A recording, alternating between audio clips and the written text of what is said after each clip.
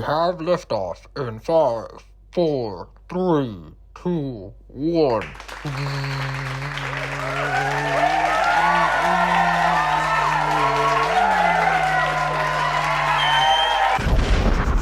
The Earth spins around the sun, and it takes exactly 12 months to do so. In 1/12 of that time, I read some manga. Let's talk about it. Hey everyone, today we're going to be doing a little breakdown of all the mangas that I've read for the month of July. I'm going to be honest, I don't really know the format to this video. I don't really know what I should and shouldn't say because every single one of the manga volumes that I've read this month are truly incredible. How do I really describe it to you without spoiling anything? Compared to last month, my progress this month on reading through my manga collection is a bit lackluster, but I do have a manga haul to show off as well, so hopefully that makes up for it.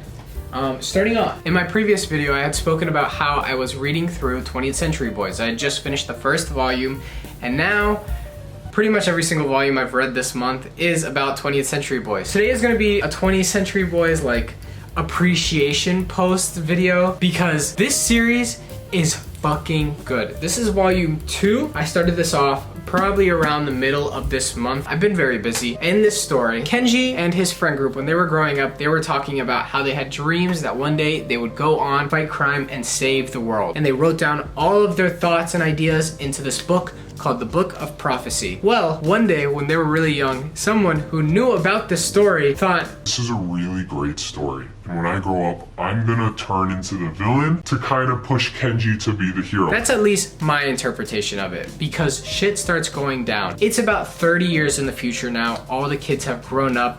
They have gone on with their lives. All the dreams and everything that they said they wanted to do never happened. It's this really nice and very complicated story about how Kenji slowly starts to grow and turn into the hero he always wanted himself to be. And as a result, people are dying, and Kenji needs to be the one that stops it, but it's sick. And the friend group is coming back together, and it's just so cool. I don't know, it's just a really good story. So yeah, I read through volume 2, and this is around the time that I think I really started getting hooked with this story. This is volume 3 of the story. I also had read volume 4.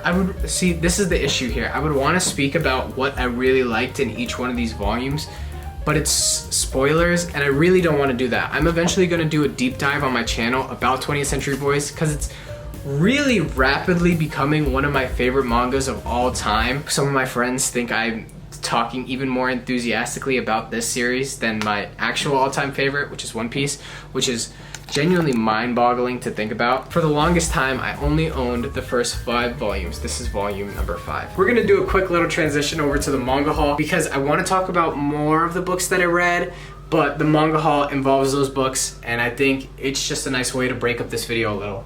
So, I had already owned volumes 1 and 2 of Fist of the North Star, but now I own volumes 3 and 4. On Right Stuff Anime, they were about half off, and I figured, why should I pass up on this deal if I could buy one of them for the same price as 2 of them? If I could buy 2 of them for the same price as one of them. There you go.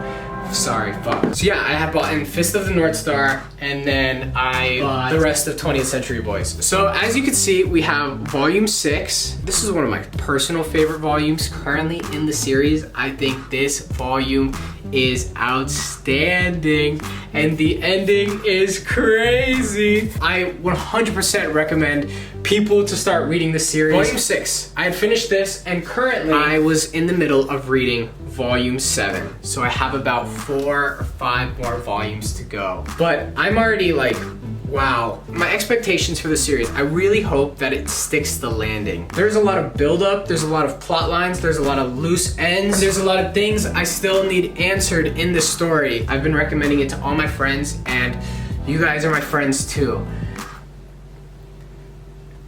That's a 20th Century Boy joke. We also got volume 8 right over here. This shit looks fucking crazy. Volume 9, I just think the covers on these books are some of the best. It's very simple, but it does a lot. Look, he kind of looks like the Hulk. 10 and volume 11. I'm so excited to finish this series, man. To cap it all off, there is also this story, 21st Century Boys. See, now I don't really know what this actually pertains. I'm really curious as to where it's gonna fit in exactly.